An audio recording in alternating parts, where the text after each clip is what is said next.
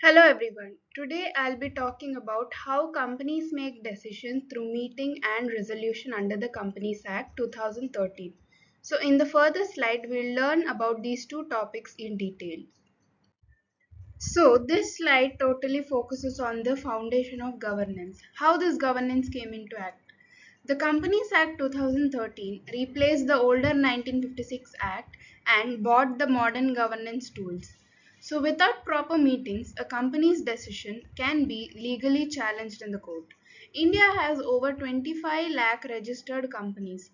All must follow these rules and regulations. So, to say, shareholders are the owners of the company and directors are the managers. So they together share their ideas and the decisions for the company. So without a structured meeting, there would be chaos in the decision making. There are three pillars which balance the speed, connectivity, and accountability, called as the video conferencing, resolution by circulation, and the minutes. So these three are the pillars of the company which the meetings should be held and the resolutions that should be taken place. So let's talk about video conferencing. Under the section 173, under section 2, this tells that board meetings should be held via Zoom, Google Meet or Teams. So this mostly helps in our time consuming and travel cost also. So let's take an example. The provision was especially useful during the COVID-19 when physical meetings were impossible. A director sitting in the London can attend a Mumbai board meeting in real time. So the key requirement is that a director must be able to see and hear each other because it's not a physical meet and it's an online meet. So simultaneously a phone call is not allowed enough. So now we will see the rules and regulations that should be followed when the electronic meetings are conducted. So quorum for the board meeting should be one third of the total directors or two directors, whichever is higher. The recordings must be preserved as a part of the company's official recordings. Financial statements are kept physical because they involve audit liability. Mistakes can be blamed on technical glitches. So, if login details aren't shared in advance, the meeting can be declared as the invalid. So, these all are the regulations that must be followed because some financial statements must be still discussed in physical because it is the sensitive matters that should not be spoken or told or discussed in the electronic meetings. So now we will see the advantages and the disadvantages of the video conferencing that are effective.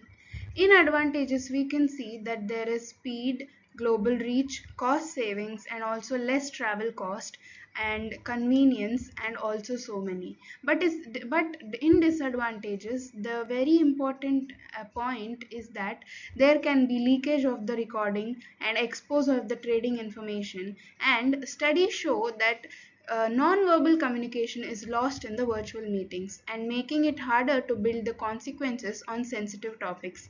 But despite the advantages, video conferencing has increased board meetings attendance rates globally.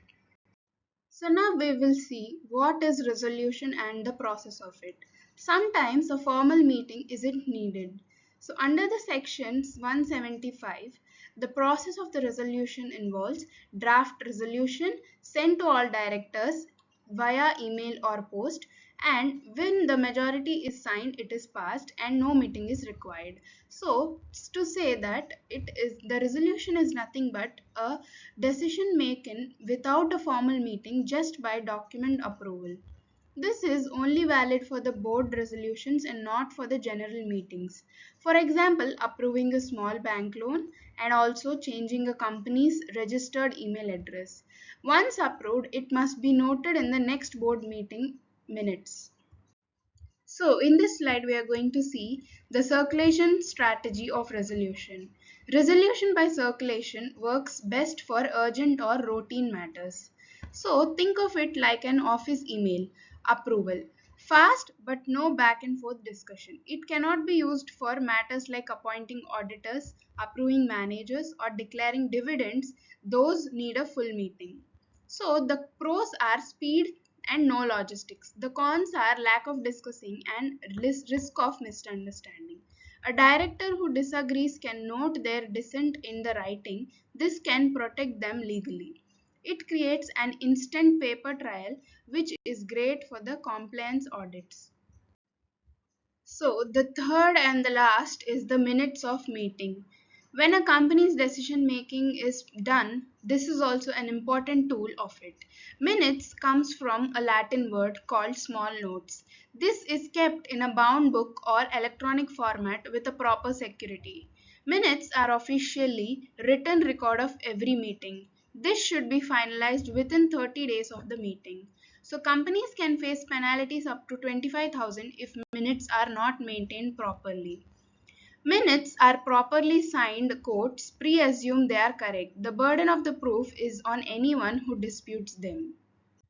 So now we will see in this slide what is the structure of the meeting. It is simple. First, the serial number of the meeting must be mentioned. Example, whether it is at 11th board meeting, 10th board meeting or the first board meeting.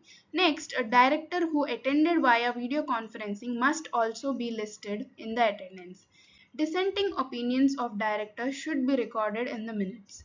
The chairperson has up to 30 days to sign, and if they die or are unable to, the next chairperson signs. This is also known as the structure of the minutes, and it should be followed for the company's decision making in all companies and all the registered companies.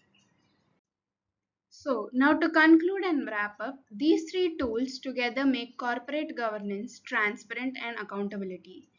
India's Ministry of Corporate Affairs regularly audits companies for compliance with these provisions. When these tools came into the governance, they brought good governance, investor confident company growth. A company that follows these rules properly is likely to less face legal disputes or shareholder conflicts.